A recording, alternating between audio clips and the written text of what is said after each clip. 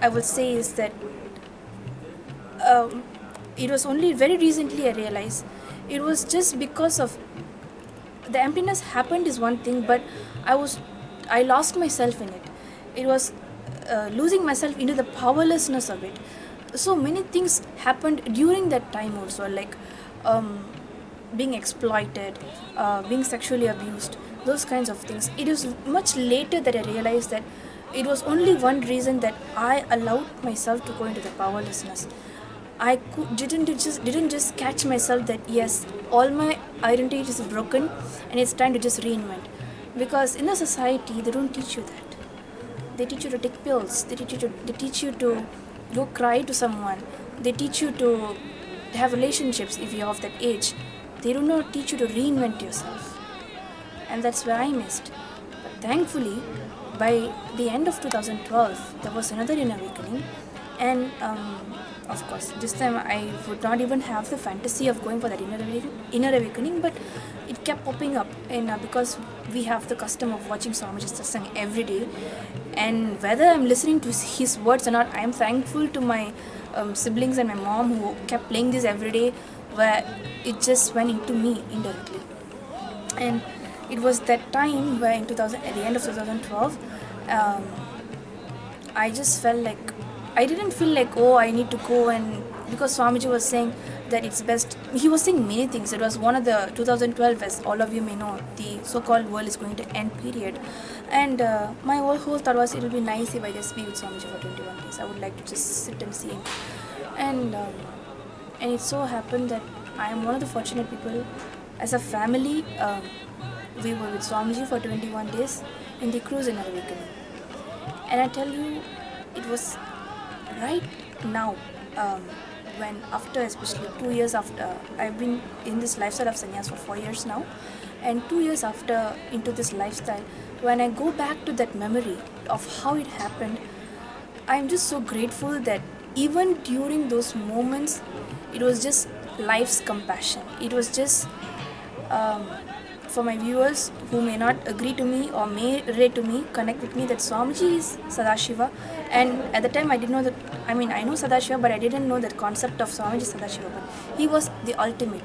And it was, even during that time, it was he who was holding me, even during my powerlessness moment. And during that second inner awakening, cruise inner awakening, it was such a a beautiful experience with Swamiji.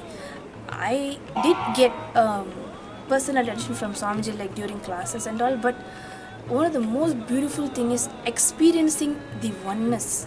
At least I had a glimpse. I do not know oneness is until I'm enlightened, but I know I had the glimpse of it. Like, it was such a beautiful moment with Swamiji, such a beautiful space with Swamiji, and not only with Swamiji but with everyone else on the cruise ship. It was something that I had discovered about myself, these new things which I had discovered about myself in that whole of 21 days. And yes, he gave many processes, he gave initiations every day. It was just experiencing the love of a living incarnation, of a master, which I don't think anybody else would be able to give you if you have not experienced inner awakening yet. And after that inner awakening, what I realized was that after that I did a degree which I wanted to do in my life, which is psychology, and I was living in a state which is completely foreign to me. There was nothing called culture shock. I did not get swayed into whichever lifestyle that everybody used to have in city, and there was so much of completion with everyone around me, so much of there was never even a moment where I felt, oh God, I'm alone by myself. There was nothing like that. There was just so much of self-empowerment, powerfulness, everything gifted by Swamiji. With his initiations, whatever he taught, whatever Swamiji spoke as teachings, it never really registered as teachings. It just happened by itself. It happened as an experience as oneness with Swamiji during the cruise in awakening. So I would say that I am very, very, very blessed that I had actually completed inner awakening before taking up sannyas. Yes, sannyas is now the ultimate lifestyle, where where outside, if you want to break your patterns, you want to liberate yourself, you have to come for inner awakening. But going through all of that and then taking up this lifestyle, I think it's special by itself. So what if there's someone who's watching and you know about inner awakening, you want to go for inner awakening? I would just say it's nothing to do with you having an obstacle. It's just Swamiji is breaking that thing through you for you to even reach to his space. Like Swamiji started his mission saying, I'm not here to prove that I'm God. I'm here to prove that you are God. And these IAs, especially this IAs that we have started this era of manifesting powers in our Sangha, the moment you come, you're manifesting powers. The moment you come, you are experiencing that you are God. Back in 2012, when that had done so much for me in my day-to-day life, imagine now in day one, you are experiencing third eye awakening. You are manifesting powers. That is something that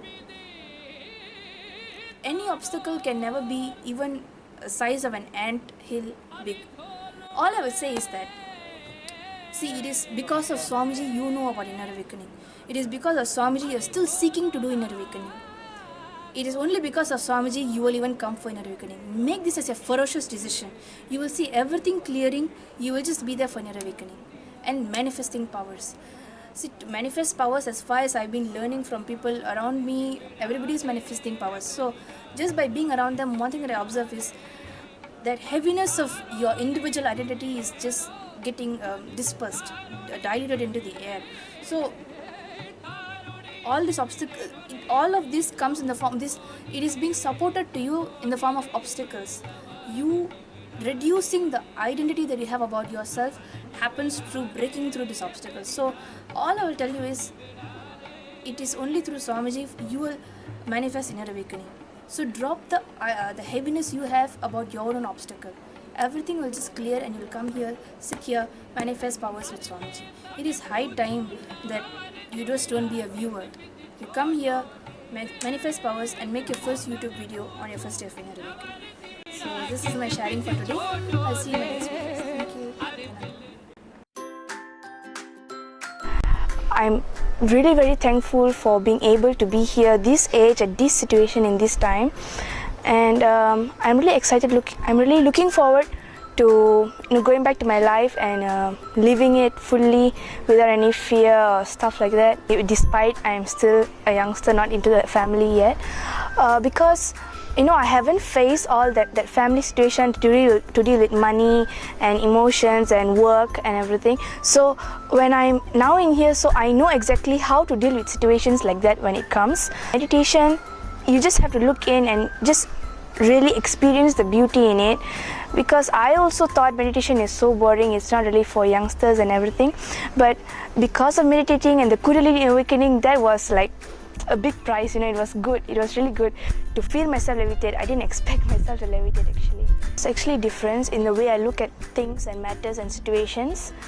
Maybe for example, my dad again, I started looking at him differently, from a different perspective, openly. So it really gives peace into my mind and into the relationship I'm having with people. It has helped me a lot figure out exactly what I want and how to do it. And because of knowing that, I have a lot of confidence in leading my life, and I'm really looking forward, enthusiastic towards leading it after this when I go back. Yeah, you should really come and experience inner awakening. Whether you're 8, 18 or 80, you should come, because it really helps all of us. It's not only for old people, it's amazing. So all that I would say is,